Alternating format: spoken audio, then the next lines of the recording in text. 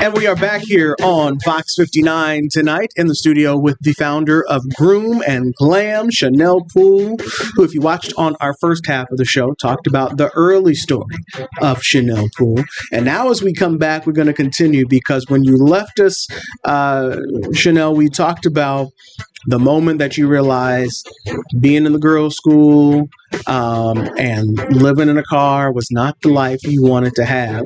You went to Christamore House, and that also is part of the story of you getting your first car and going to college. Yes. Tell us more about that. So, yes, still giving all honor to God. I just have to be transparent. You know, the Lord answered that prayer. And so one thing about God, he's not a one and done. Mm-hmm. And so with the support of the Christamore House, just to add where this trauma component comes in, my father died 3 days before I started college at Ivy Tech. So I buried my father. My father died August 15th of 2004. I buried my father August 21st of 2004 and started college August 23rd. Wow. My father was a Marine veteran, so there was a lot of pressure to maintain school for 90 days so that I could be eligible for his annuity. You know, his benefits. He worked hard serving his country, but I had a mental breakdown 63 days into college. Mm-hmm. And that was because I love my father. Mm-hmm. I was a dad's girl. This year is the anniversary of my dad this month. And so I shut down. For a lot of young people, losing a parent, there's no way to just, roll over and act like nothing happened. Mm-hmm. So I was at a breaking point that my dreams were coming true. I just started college, but then I just lost my father mm-hmm. at 49 years old. Mm-hmm. And so now I want to be there and be supportive to my mom, my siblings, but I also want to make sure that my life still goes down the right path because I know it's backwards. And so Christamore House knew the importance of removing me out of the environment of Indianapolis. Mm-hmm. And for a lot of young people, the fix is not staying in the same population where all your trouble is at. Mm-hmm. So I needed to get away from those ex-boyfriends. I needed to get away from those ex-police officers, family and friends, because it became a distraction. And so the Christamore House put together a fund because I wasn't eligible for student loan during Black Expo. Mm-hmm. My first experience at the Indiana Black Expo, Indiana State University had a college vendors booth. My mentor was an alumni of Indiana State, and she truly pleaded for Indiana State to give me a shot. Mm-hmm. They felt that it was better for me to stay at Ivy Tech, but I had that mental breakdown. So Ivy Tech wasn't the proper environment for me. I needed to be away. Mm-hmm. And so Indiana State took a leap of faith on me, accepted me on a Sunday. I was a non-traditional student. The Christamore House Guild, and the NCAA put together about $15,000. My mentor drove me to Indiana State at 7 o'clock in the morning, took me to Walmart and spent about $15,000 buying me everything that I needed. And when I say everything, that was the beginning for me to realize how to provide wraparound services. So that means school supplies, underclothes, pots and pans, microwave, refrigerator. There was nothing that was not taken care of for me. When you have an organization and an individual that's willing to go that far with you, mm-hmm. to drop you off at a college campus, to advocate for you, to others, to give you a chance, you don't have no choice but to make them proud. And so my first semester at Indiana State, I obtained a 3.66 GPA. I ended up getting 8 scholarships. The Christamore House was still picking me up back and forth, bringing me back home to spend time with my family. So my sophomore year, it was a struggle because of not having transportation and still wanting to be close to my mom. It's devastating mm-hmm. losing a parent and then only having one parent left. And so the Christamore House gave me an opportunity. The NASCAR Brickyard in Rowley's Hamburger was giving away a car for the second time, and Christamore House was the site that they chose, and people wasn't taking it serious. Mm-hmm. And I had kept claiming in faith that God was going to give me a car because I didn't have credit. I had ruined all those things. And so I didn't have the finances to pay for a car note or a down payment, to show you how God worked. So I knew that he was going to do it. I just didn't know how. And so when the Christian Morehouse called, they said, hey, we want you to write a 500-word essay. NASCAR is giving away a car again. They picked me up, brought me to Indianapolis, locked me in a computer lab because there was no way I could get out of it. My self-esteem was still impacted. I didn't think that I had a story that was worthy of a car. It was all bad things that I could say about myself. So I told them all the bad things about me. But then at the end of the essay, I told them all the positive things that I would do if I was able to win that car. And that was to take care of my mom, start a nonprofit that will help young girls avoid my pitfalls and to graduate college. In August of 2006, I won a Chevy Cobalt at the Brickyard 400 during qualifications. I still have the car. I ended up starting GLAM March 26th of 2008. I was double majoring in political science because I was going to be an attorney, an entertainment lawyer, and work my way up to be a juvenile judge. I also double majored in communications public relations because I still wanted to use that gift of gab, my experience with Toastmasters. And I had the mindset that I had never completed something. So I didn't know that I was going to be able to complete college. I was walking in faith as a non-traditional student. And so I knew that I had to develop the nonprofit because I had to keep my commitment with God. And that's what the whole journey has been about, is keeping my commitment with God, not people, not anybody else. And so I would drive my new car back to Indianapolis every week. I recruited about 55 girls, started out with Judy Morris and Leslie Montgomery at Planned Parenthood. So I work with different organizations because I'm still trying to heal and figure myself out. So let me ask you real quick, at what point, you said in that letter that you had said, I want to start a nonprofit. When did you know that was how? Because your story is, as you are getting these things, somewhere you realize the value of what you are getting, and that these people didn't have to help you, but they saw something in you. When did you realize that you wanted to be that for somebody else? I realized it, I would say, sophomore year, when I got a call from a nonprofit leader who, there was a wealthy couple who was struggling with their adolescent's daughter. And they called me during my time at Indiana State and said, can you come and speak to their daughter? They would pay you to mentor and to pour into her. And that phone call was the light bulb that said, I need to go ahead and start the organization. And so I prayed over the name. It originally was Gorgeous Ladies Acting Maturely, because I felt like we're not exactly where we want to be, but we're getting there. And so when I got that phone call, I knew that if I was going to pour into somebody else's child, that I wanted to be as sufficient as possible. And I wanted everything to be right, because I know what it's like for somebody to play in a child's life. And so I went back to my professors and I said, I'm ready to develop GLAM as a real nonprofit. I had already done research on the Wabash Community Foundation in Terre Haute. So I knew the steps just by working and doing PR with that organization. But I came home to the Christian Morehouse, Ms. Dion and Ms. Jan Vandiver, my other mentor. They both helped me to file for my articles of incorporations, got behind me. They knew the importance of me committing to that work because I said that in that essay. And so for 2 years, I was coming back to Indianapolis using the Madam Walker Theater, the Christian Morehouse as different locations to run this program. And so when I got nominated to be the commencement speaker, I was being evicted from my campus apartment. And that's how the university got involved, because they couldn't understand a student with 8 scholarships, great GPA, how is she being evicted from a campus apartment? And I'll say that trauma came back in. What was the reason for that? And I used all my money to fund the program. I didn't know. So I operated in that scarcity. And I applied that to the organization, that I had to be the one to do this, not realizing that there's a community of people who could help me. So when Indiana State found out that I was being evicted, they wanted to come down and see, what is GLAM? They wanted to see, is this a real organization? And so they came down and did a story at the Christopher House about the program. And at that time, C-SPAN had reached out to the university and said, hey, we want to do a story on Shanel Poole about overcoming. And that's also because you were a commencement speaker. And then I was also the commencement speaker of class of 2010. So I had just came back from Naples, Florida. So let's also point out that you did finish school. I did finish school. What is your degree? I got a double major in public relations communications. I also have a bachelor's in political science, legal studies, and I minored in Spanish. I'm going to use the applause button on that one. Let me see. Where's the applause button? Congratulations.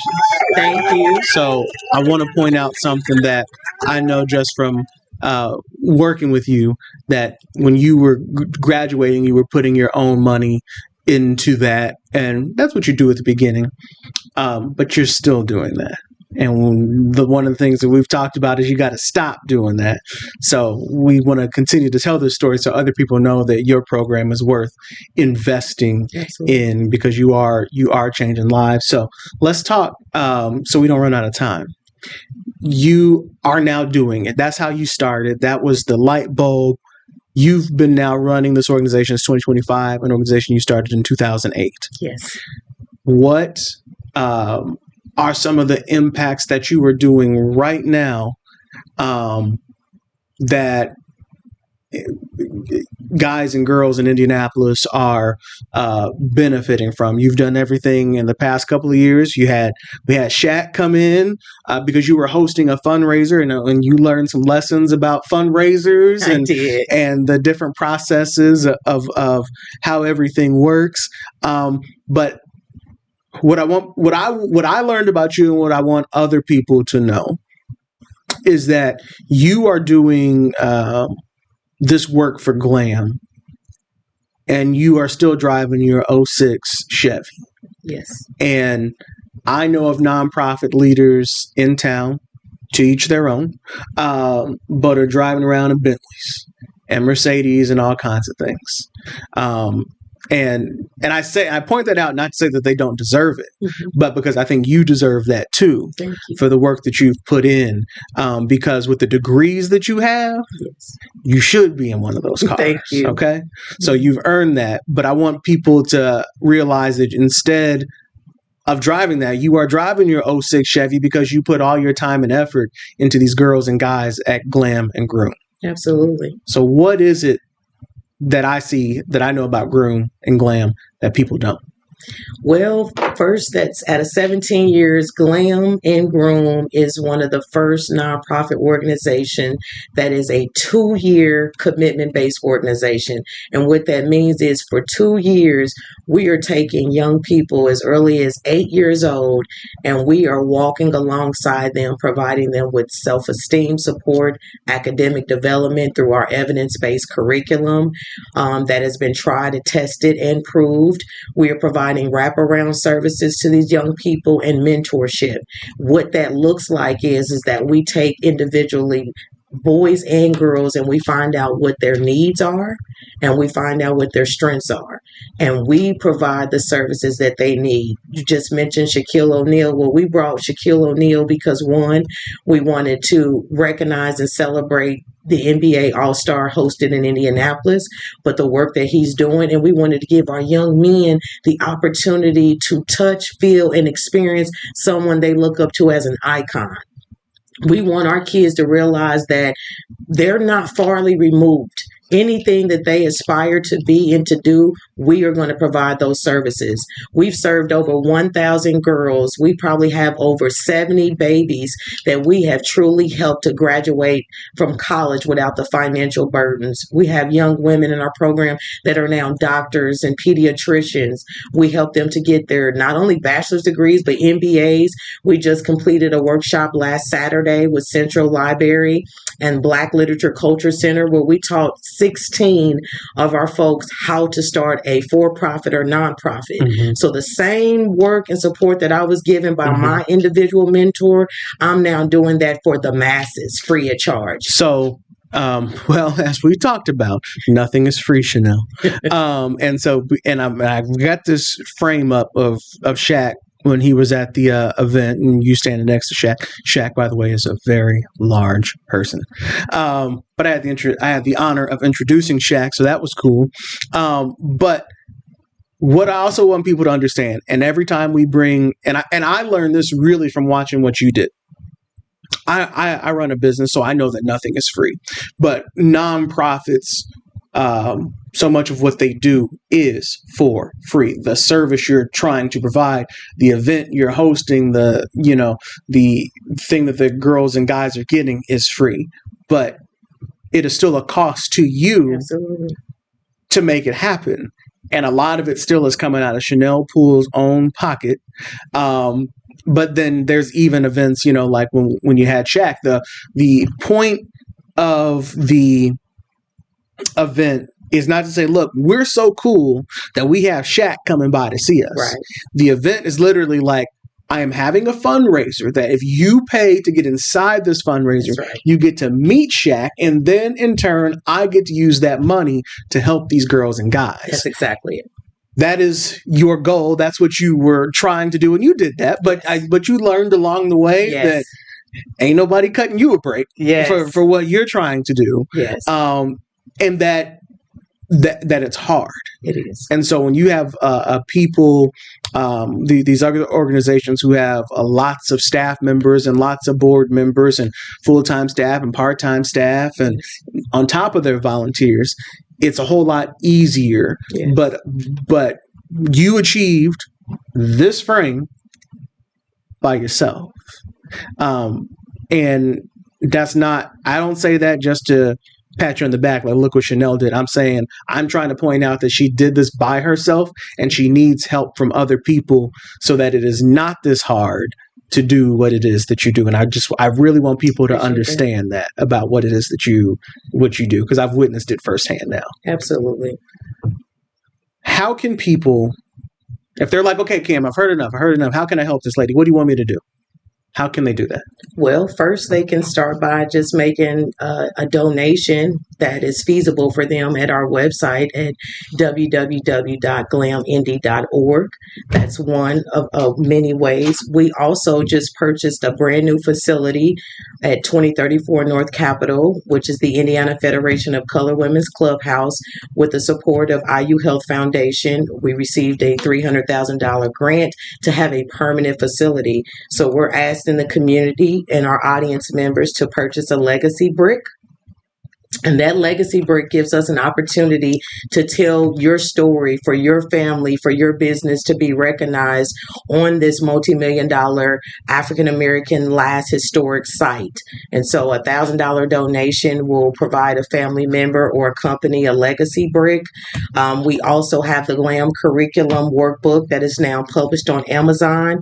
And so we're asking parents, family members to get a copy of the GLAM curriculum workbook, which really teaches our self-esteem and self-resiliency component of our program. So for those who want to know what is it that you're teaching these kids in these different meeting sessions, we've now put that intellectual work into our workbook. We also have a curriculum. So we're asking the school systems to get behind us so that all girls can have access to the workbook and the curriculum. And show that page with to buy brick.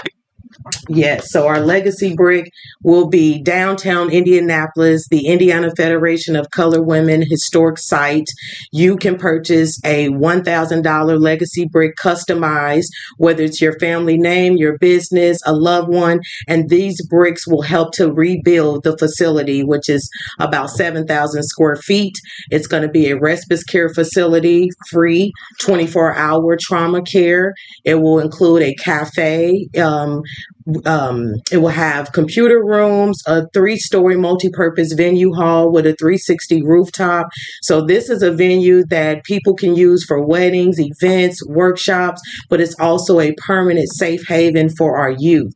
And we'll provide full programming services. The Indiana Federation of Colored Women will be moving back into the facility. We'll have a wellness kitchen, pantry, all the things that our young people will need. These services will be provided for 24 hours daily on 2034 North Capitol, and we plan to open next year in August. So if people, first one, that location where that is where all the construction is happening right now with IU expanding their mega hospital over there. Yes. So again, what's worth millions of dollars in land, there's a portion saved for you and your organization because, again, somebody realized what it is that you were doing. Yes. So who's going to be in this house? It's going to be GROOM, GLAM, and still the Federation? Yes. Okay. I think this is so important to the community. The Federation, which was established back in the 1800s,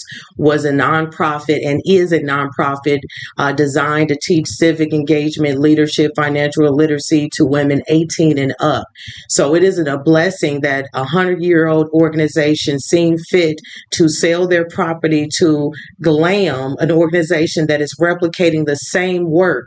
And so we don't see that transfer of wealth or real estate among our community, that as a Black organization, we're selling land and businesses to another Black organization. And so we thought it was important that we move those women back into the property so that our seniors can help us to take care of our young girls so they can see what it really looks like for reciprocity. We have our children here, our adult women, and our seniors here that are all coming together as a village to take care of our girls and boys.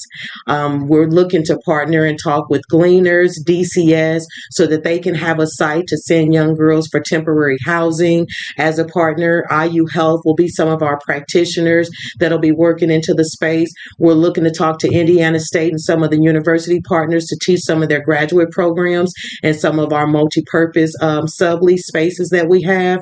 So it's a lot of room for other organizations to even consider being a partner or a sublease holder. Shanel, let me ask you a question.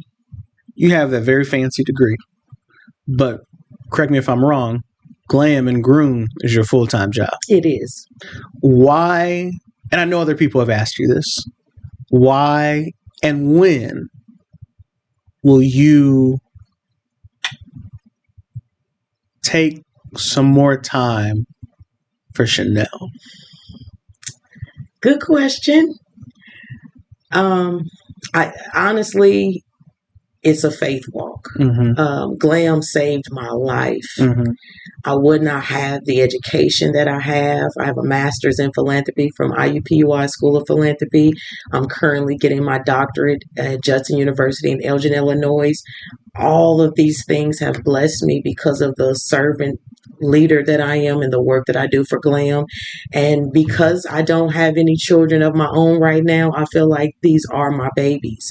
So as a mom, as a mentor, as a life skill coach, this is my calling. This is my kingdom assignment. And there is going to come a point in time where I will be preparing my successor to carry this organization for another 40, 50 years. But my focus right now is committed to building a sustainable, permanent home for GLAM and GROOM.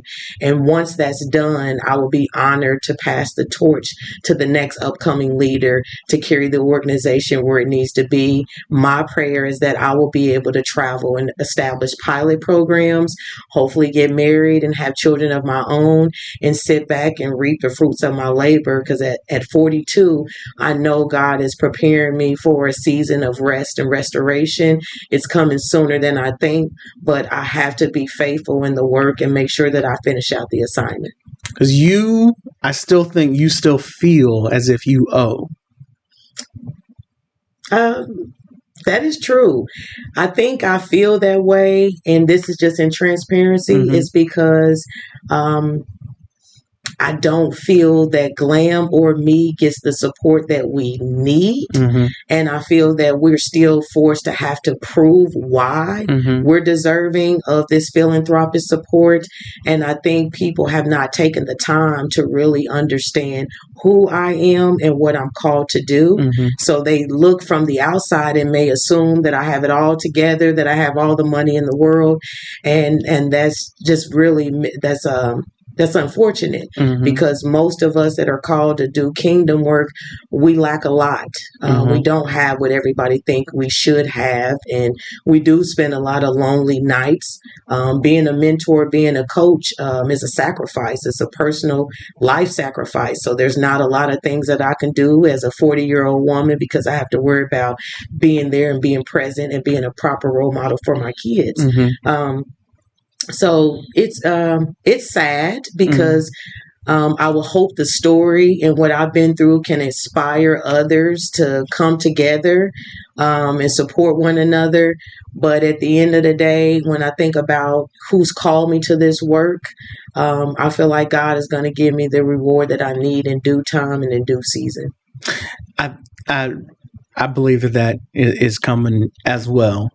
But I also see how hard you work. And I've just listening to your story, getting the whole backstory now I just really want people to understand what it is that you're doing and what you could be doing with those degrees that you have, that you earned, that nobody gave to you, but you earned, and what you could be doing. So I just think that means a lot when, like I said, you have a lot of these organizations that it's so much easier for them because they have a staff and organization going as long and as strong and pulling the things off that you do. You still shouldn't be doing it by yourself. So I just really hope that people get that story and know, okay, hang on, let me go help out Shanel because what she's doing is legit, and she could be doing degree in political science. You said, yes. Yeah, we kind of need you in some other places right now as well. Like you could be cleaning up right now. Shanel, we only got just a couple minutes left here, but just real quick, tell people if you could sum up Groom and GLAM, because I don't even feel like we talked about that enough.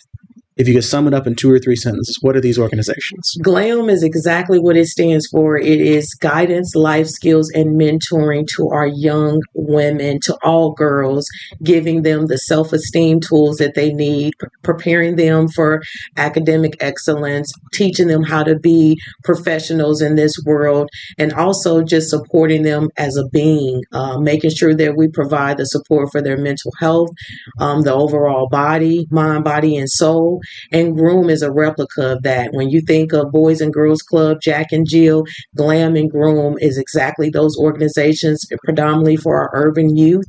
What I want people to know is that there's not an organization in this city that is so hands-on and so committed to the well-being of somebody else's child the way GLAM and GROOM is. We don't expect anything out of parents but to drop the kids off to us and pick them up. But we are in an organization that we know that without the money, without the paid staff, we are still committed to taking care of our youth and providing a safe haven for them. There's nowhere in Indianapolis where girls can go to if they get hurt or get in trouble that's a safe space without being in a juvenile system or a guardian home. The same way for our young men, we're creating a safe space and environment for them to fulfill their desires and their dreams.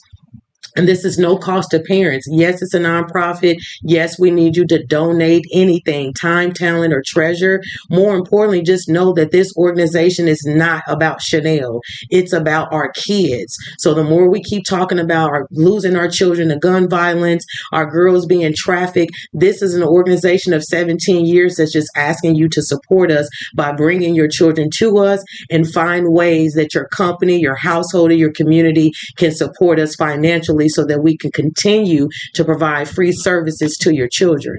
Shanel, people want to get in contact with you. What's the best way to do it? 317-500-2800 is our company line, or you can reach us at www.glamindy.org. Shanel, thank you so much for coming to tell the full story of the early Shanel Poole what you're doing now and how you are still trying to help others. I think your debt's repaid, but Thank you. I just want people to understand what it is that you do and that you are still doing it out of your own pocket. And it's time for other people to jump in and help you. Absolutely. That's going to do it for this edition. You're welcome. That's going to do it for this edition of Fox 59 tonight. We'll have more conversations like this and so much more on the radio on Sunday on 106.7 WTLC and Hot 100.9 when you join me for open lines where you can call into the show and be part of the conversation. For now, that's it for Fox 59 tonight. I'm Cameron Riddle. Good night.